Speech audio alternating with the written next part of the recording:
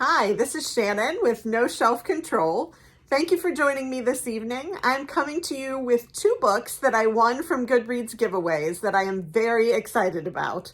So I didn't want to waste any time, thought I would record a video tonight and talk to you about those two books. Let's get started. The first one is Community Board by Tara Conklin. If you have read The Last Romantics, this is Tara Conklin, same author. So I am excited about this one. The blurb says, a brilliant, hilarious look at modern day community and the distance between who we are and who we say we are. Insightful, honest, and surprisingly sly. I loved this book. And that blurb is from Maria Semple.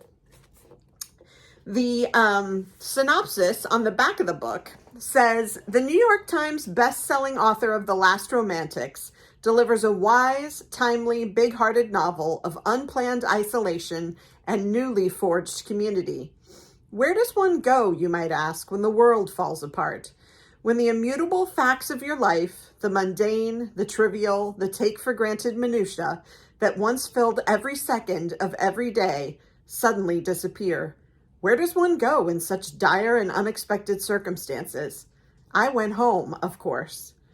Darcy Clipper, prodigal daughter, nearly 30, has returned home to Murbridge, Massachusetts, after her life took an unwelcome left turn. Murbridge, Darcy is convinced, will welcome her home and provide a safe space in which she can nurse her wounds and harbor grudges, both real and imagined. But Murbridge, like so much else Darcy thought to be fixed and immutable, has changed. And while Darcy's first instinct might be to hole herself up in her childhood bedroom, subsisting on Chef Boyardee and canned chickpeas, it is human nature to do two things: seek out meaningful human connection and respond to anonymous internet posts. As Murbridge begins to take shape around Darcy, both online and in person, she considers the most fundamental of American questions. What can she ask of her community? And what does she owe it in return? I thought this was interesting. For one reason, I've heard a lot of good things about Tara Conklin and The Last Romantics, but also part of this book is written as a community message board, which I think is really interesting. The example that they give on the back of the book says, free 50 cans of corn. Accidentally ordered them online. I really hate corn. Happy to help load. Reminder, use your own goddamn garbage for your own goddamn pet waste. I'm looking at you, Peter Loughlin. Reminder, monthly select board meeting this Friday. Agenda items: 1, sludge removal. 2, upkeep of chime tower. 3, ice rink monitor thank you gift. Questions? Contact Hildegard Hyman, hhmurbridge@gmail.com. So I love a book that has a slightly different format, letters, an epistolary book, anything with a blog. You've heard me talk about Americana. Americana has some blog posts in it, and I loved that.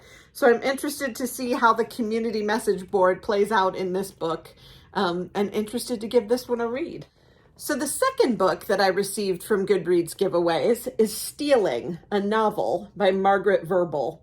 It mentions here on the cover that she is a finalist for the Pulitzer Prize. And the blurb says, Margaret Verble is an exceptional storyteller, by Ron Rash, author of Serena. So if you've read Serena, that might be an interesting blurb for you. I have not read Serena and don't know Ron Rash, so that is it isn't telling me very much. But the synopsis of the book says this: a gripping gut punch of a novel about a Cherokee child removed from her family and sent to a Christian boarding school in the 1950s. An ambitious, eye-opening reckoning of history and small-town prejudices from Pulitzer Prize finalist Margaret Verble. Since her mother's death, Kit Crockett has lived with her grief-stricken father, spending lonely days far out in the country tending the garden, fishing in a local stream, and reading Nancy Drew mysteries from the library bookmobile. One day, when Kit discovers a mysterious and beautiful woman has moved in just down the road, she is intrigued. Kit and her new neighbor Bella become fast friends. Both outsiders, they take comfort in each other's company. But malice lurks near their quiet bayou, and Kit suddenly finds herself at the center of a tragic, fatal crime.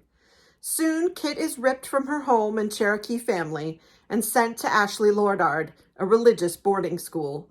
Along with the other Native students, Kit is stripped of her heritage, force-fed Christian indoctrination, and sexually abused by the director. But Kit, as strong-willed and shrewd as ever, secretly keeps a journal recounting what she remembers and revealing just what she has forgotten. Over the course of stealing, she slowly unravels the truth of how she ended up at the school and plots a way out.